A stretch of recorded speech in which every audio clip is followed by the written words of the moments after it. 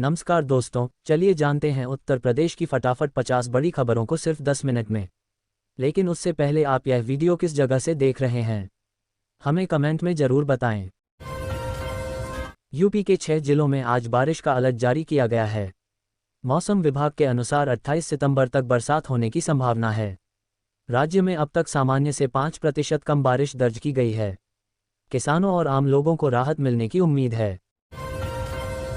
उत्तर प्रदेश में पूर्वांचल की पहली स्पोर्ट्स सिटी टाउनशिप का निर्माण शुरू हो गया है। ये परियोजना 2000 करोड़ रुपए की लागत से तैयार की जा रही है, जिसमें आधुनिक खेल सुविधाएं, स्टेडियम, अकादमी और यह परिसर शामिल होंगे। इससे खिलाड़ियों को बड़ा मंच मिलेगा और क्षेत्र का विकास होगा।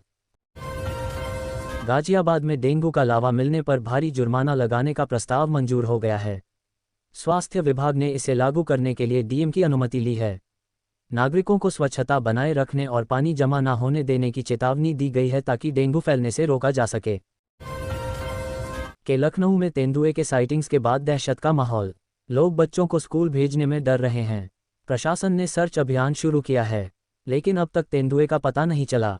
सुरक्षा के लिए अधिकारियों ने चेतावनी जारी की है और सतर्क रहने को कहा।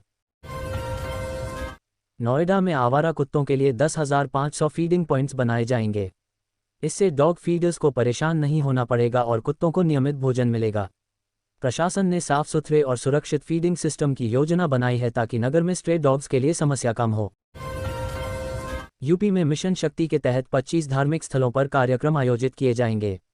इन कार्यक्रमों में भाग लेने वाले कलाकारों को ₹00 का मानदेय मिलेगा।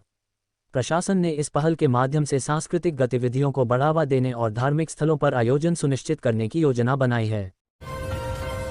अरौल थाने की नई बिल्डिंग 7.19 करोड़ की लागत से बनेगी। इसके साथ ही पुलिसकर्मियों के लिए आवास की भी सुविधा प्रदान की जाएगी। इससे थाने की सुविधाएं बेहतर होंगी और पुलिसकर्मियों का रहन सहन भी सुधरेगा। साथ ही सुरक्षा व्यवस्था में मजबूती आएगी। प्रधानमंत्री Narendra Modi UP international trade show के उद्घाटन के लिए ग्रेटर नोएडा पहुंचे। मुख्यमंत्री योगी आदित्यनाथ ने उनका भव्य स्वागत किया। इस आयोजन से प्रदेश में व्यापार, निवेश और अंतर्राष्ट्रीय साझेदारियों को बढ़ावा मिलने की उम्मीद है। गाजियाबाद में खराब वायु गुणवत्ता के कारण स्वास्थ्य पर गंभीर असर पड़ा है। लोगों की टीबी प्रतिरोधक क्षमता कमजोर हुई है और फेफड़ों का कैंसर बढ़ रहा है।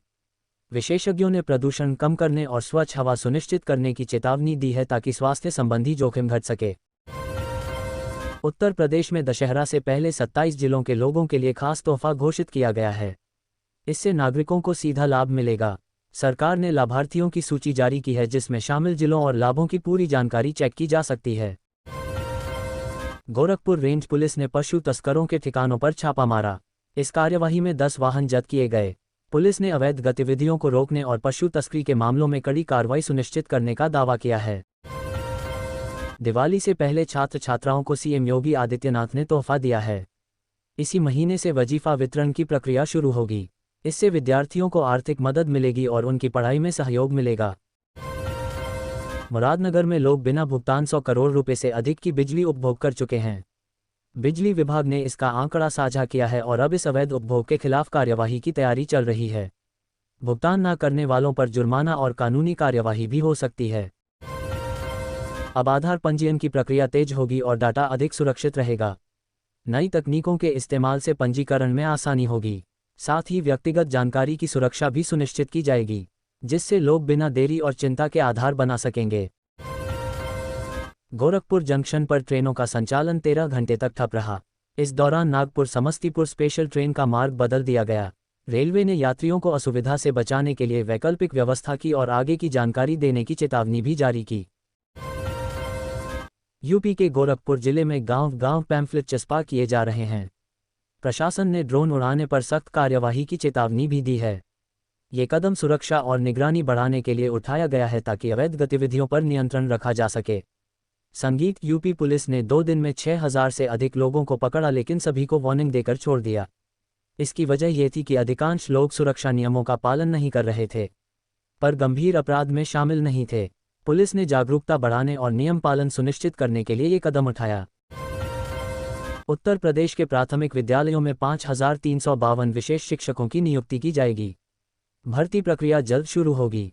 इससे विशेष शिक्षा के क्षेत्र में सुधार आएगा और बच्चों को बेहतर शैक्षिकी सहायता मिलेगी। यूपी सरकार ने 45,000 मेधावी छात्राओं के लिए बड़ी सौगात का ऐलान किया है। अब उन्हें मुफ्त स्कूटी दी जाएगी। इस योजना का उद्देश्य बेटियों की उच्च शिक्षा को प्रोत्साहित करना और उन्हें आत्मनिर्भर बनाना है। पात्र छात्राओं का चयन मेरिट सूची के आधार पर होगा। आजम खान को जेल से लाने गई 25 गाड़ियों पर ट्रैफिक नियम तोड़ने का आरोप लगा। प्रशासन ने सख्त कार्रवाई करते हुए इन गाड़ियों पर 73,500 का चालान काटा। अधिकारियों का कहना है कि कानून सबके लिए समान है। वीआईपी गाड़ियों पर भी नियम लागू होंगे। पश्चिमी बंगाल तक फैले पशु तस्करी गिरोह का खुलासा हुआ है। पुलिस ने बड़ी कार्यवाही करते हुए यूपी बिहार बॉर्डर पर तस्करों के कई मकान चिन्हित किए। जांच में पता चला कि यहां से अवैध पशु तस्करी की जाती थी। पुलिस ने मामले में कार्रवाई तेज कर दी है। प्रयागराज के मेजा क्षेत्र के स्कूल में कक्षा 6 से 8 तक के छात्रों को बड़ी सौगात मिली। बच्चों को मुफ्त में कॉपी, पेंसिल और अन्य शैक्षणिक सामग्री वितरित की गई। इस पहल का उद्देश्य छात्रों को पढ़ाई के लिए प्रोत्साहित करना और आर्थिक बोझ को कम करना है। दीपोत्सव के मौके पर अयोध्या वासियों के लिए खास तोहफा तैयार किया गया है। इस बार सरयू नदी के बीच धारा में विशेष आकर्षण और स्वाद का अनुभव मिलेगा। आयोजन में स्थानीय संस्कृति और त्योहार की झलक के साथ लोगों को आनंददायक अनुभव का मौका मिलेगा। यूपी में अगले 6 दिनों तक भारी बारिश का कोई खतरा नहीं है। लखनऊ, कानपुर और वाराणसी में तापमान 35 डिग्री सेल्सियस के पार रहने का अनुमान है। मौसम विभाग ने लोगों को गर्मी से बचाव और पर्याप्त पानी पीने की सलाह दी। लखनऊ में जल्द नई सीय योजना शुरू होने वाली है। एलडीए ने वरुण विहार योजना पर काम शुरू कर दिया है। इस योजना के तहत शहरवासियों के लिए सस्ती और व्यवस्थित प्लॉट उपलब्ध कराए जाएंगे। अधिकारियों ने जल्द आवेदन प्रक्रिया शुरू करने का भी संकेत दिया है।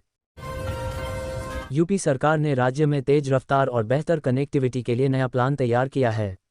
योजना के तहत हर जिला एक्सप्रेसवे से जोड़ा जाएगा। इससे यात्रा समय कम होगा, कारोबार बढ़ेगा और सड़कों की सुरक्षा भी सुनिश्चित होगी।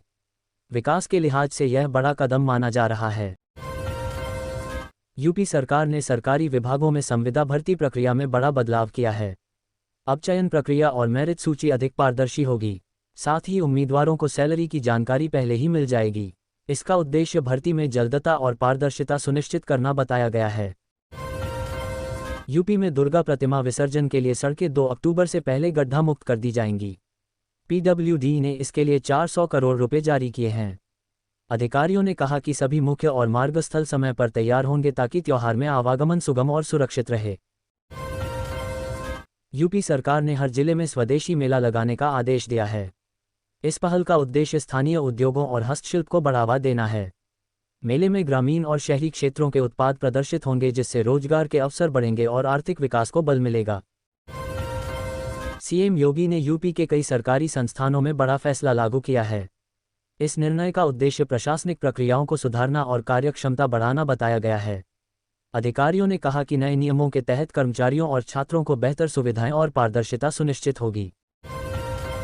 उत्तर प्रदेश में बंदरों की बढ़ती समस्या को लेकर राज्य सरकार से जवाब तलब किया गया है। अधिकारियों ने कहा कि शहरों और ग्रामीण इलाकों में फलों और राशन की चोरी करने वाले बंदरों को नियंत्रित करने के लिए प्रभावी कदम उठाए जाएंगे। लोग सुरक्षा और कृषि संरक्षण की मांग कर रहे हैं। योगी सरकार ने दिवाली से पहले यूपी वासियों को बड़ी सौगात दी है। इस तोहफे के तहत लोगों को आर्थिक और सामाजिक लाभ पहुंचाने वाली योजनाओं का लाभ मिलेगा। अधिकारियों ने कहा कि यह कदम राज्यवासियों की खुशहाली और जीवन स्तर सुधारने के उद्देश्य से उठाया गया है। यूपी सरकार ने कहा है कि वाहन की नंबर प्लेट पर जाति लिखना अब गैरकानूनी होगा। ऐसा करने पर भारी जुर्माना लगेगा। अधिकारियों ने चेतावनी दी है कि नियम का उल्लंघन करने वालों के खिलाफ कड़ी कार्रवाई की जाएगी ताकि समाज में समानता और कानून का पालन सुनिश्चित हो सके।